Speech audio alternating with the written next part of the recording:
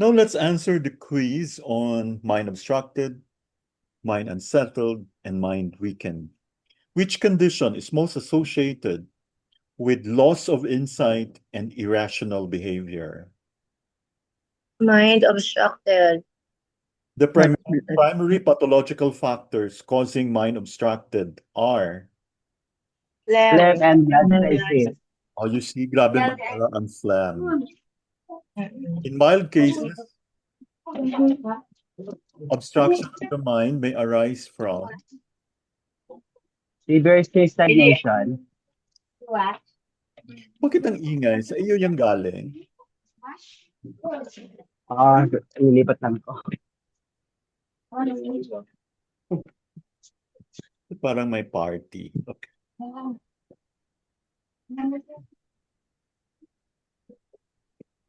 Okay. So the answer is, what is your answer? B. B. Severe. Severe So, stagnation. kung hindi pa severe, dapat inaayos na. Which mental emotional manifestation best characterizes mind unsettled? Anxiety with reserved Insight. A patient with panic attacks and irrational fear of dying demonstrate slight obstruction of the mind. okay. Slight pa lang. Pag hindi na siya slight, magpapakamatay. Ayaw pa na niya mamatay. Okay, takot siya mamatay. Mind unsettled may arise from all except, Exterior wind. of course. Hindi naman nakaka-mind unsettled na exterior. Mind weakened is fundamentally associated with deficiency of, In a broad sense. yeah, pagod na siya. Pagod na yung mind, diba? Chi deficiency. Which symptom combination best reflects mind weakened? Depression and exhaustion. Oh, diba? May kakaiba. Anorexia is described as a combination of Mind obstructed and mind weakened. in severe anorexia, the patient perceiving themselves as fat despite emaciation indicates Obstruction of the mind. doon kay ano, di ba? Yung singer. Kawawa naman. Oo, si Gigi Delanes. Huh? Iba pala yung kapanahunan ko. Okay, 11. The patient with long-term amphetamine and alcohol abuse demonstrated mind obstruction primarily due to Phlegm. phlegm. Sige, shabu pa more. Alcohol abuse. Ay, kaya pa na. Okay, now we know. Which tongue finding was associated with the case of mind obstruction? Swollen.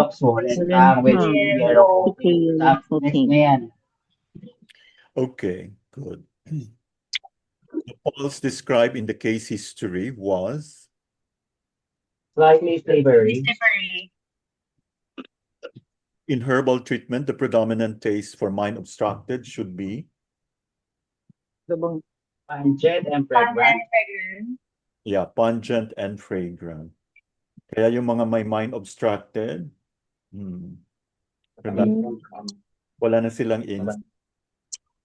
irrational behavior na.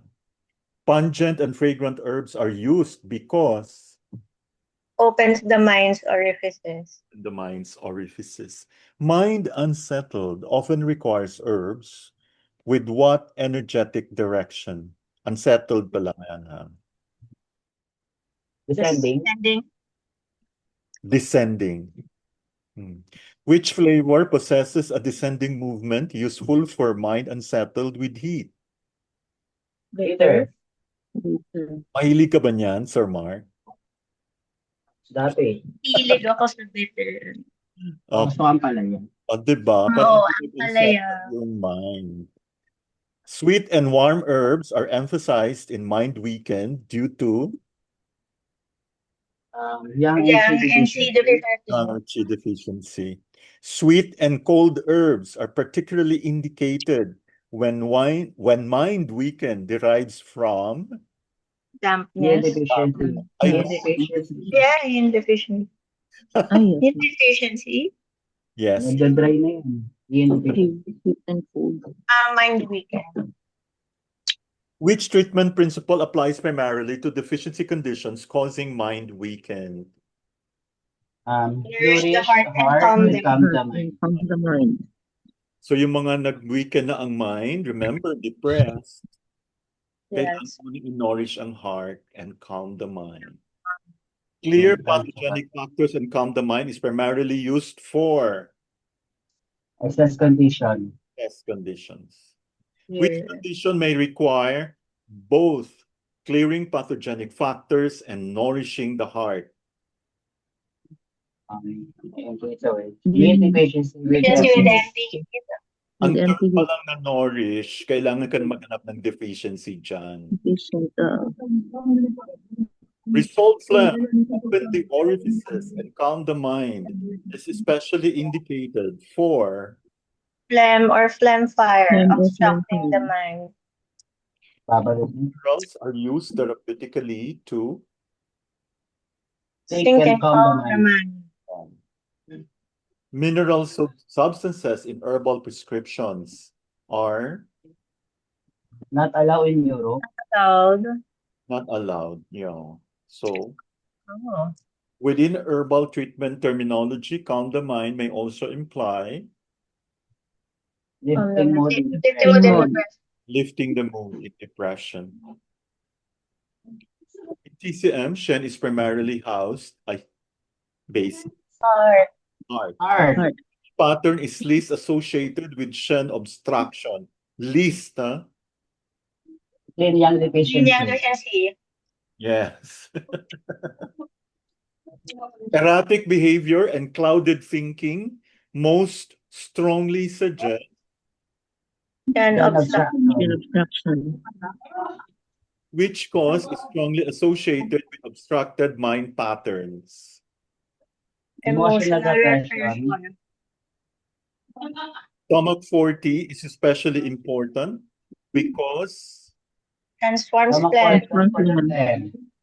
which acupuncture point is commonly used to open the orifices in severe Shen disturbance. 226. 226. Which pattern is most commonly linked with insomnia and vivid dreams? Unsettled mind. So pag meron na very vivid yung dreams mo, unsettled yung mind mo. Harmony between heart and kidney belongs to which category?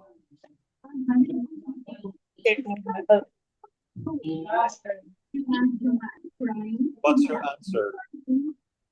Unsettled. Yes, unsettled mind. Unsettled mind. Which emotional factor particularly injures the heart? Excess joy. Excess joy and excitement. Bawal ang excess joy. Overthinking damages which organs in unsettled mind pathology? Clean and heart. Clean heart. Moving back to excess Mhm. joy. Kaya pala no, yung mga nag-ecstasy, di ba? Nai-injure yung heart, no? Overthinking damages which organs in unsettled mind pathology? Clean and heart. Anmian is primarily selected clinically for Insomnia and restlessness. okay. Yan dito. Alam nyo, para ma-excite yung yung patient mo. Sabihin mo, katabi lang siya ng point na nakakapagpa-lift ng face. Diba? Yung Anmian. And what is the point, Sir Mark? Yeah. SI-17. So ngayon, matutulog ka. Anmian. Which pattern belongs under weakened mind? UDSS Vampire. deficiency. First in the night. Okay, Sir Mark, di ba nag-usap na kayo ni Victor? Tingnan mo yung ano niya. Tingnan mo yung dila niya. Napakalaki. Oo, darkness. See you tomorrow. Timidity. Ano oras, Doc? Ha? Ano oras? Mga 1 siguro. Or Sige 12 after my patient. The timidity and lack of willpower are especially characteristic of Weekend Weekend mind. mind. long-term grief and worry most strongly contribute to Weekend Weekend mind. mind. weakened mind. Oh, diba nawawala yung chi. Stomach 36 is primarily used in weakened mind because Tonifies Tonifies. sir. And Supports supports overall vitality. bladder 15 is associated directly with the Heart. Heart. okay, ang liver ano? Bladder 18. No, ha? Liver. Bladder 18. 18 po. Tama po, bladder 18. Ang kidney, Kidney. no, Bladder 20. 20, 20. 23, gallbladder. 23. Bladder. Dapat katabi lang yung Bladder. liver yan. Oo, the liver. 18, 16, 17. Anong 60? 7. Not na 17. Di ba si liver is 18? 18. Kasi Oo. gallbladder. Ay nako, paano yan? Recorded pa naman to. Edit natin to. 19. Grabe. 19. 20. Sino? 20 si kidney. Ano? Other 20. Hindi, di ba ano siya? Spleen. Spleen, 21. 21. Stomach. 22. Naku, Bladder. Santiago. Sanjaw. Bakshu of Santiago. 28. Baksyo. Naku ha. Sige na. Urinary bladder. Urinary bladder. Yes. Number 43. The conceptual nature of obstructed mind is predominantly. An excess. Yes.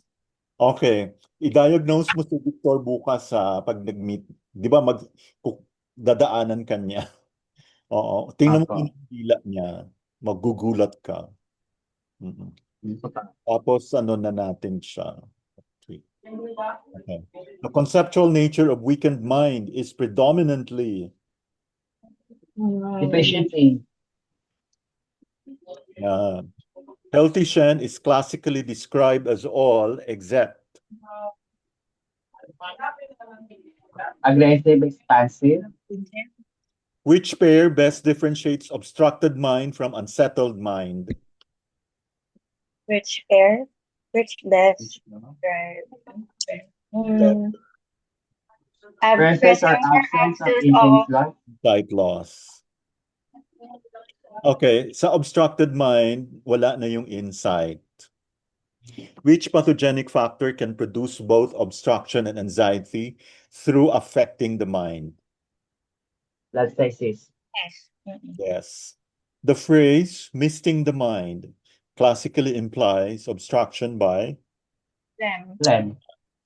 a patient with depression, fatigue, weak concentration, and chronic exhaustion most likely suffers from.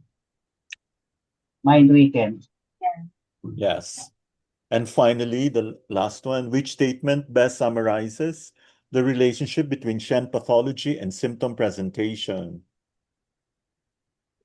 Shen disturbances manifest differently depending on obstruction, agitation, or deficiency. Wow, congratulations, everyone. So how many were able to relate? Okay. Congratulations.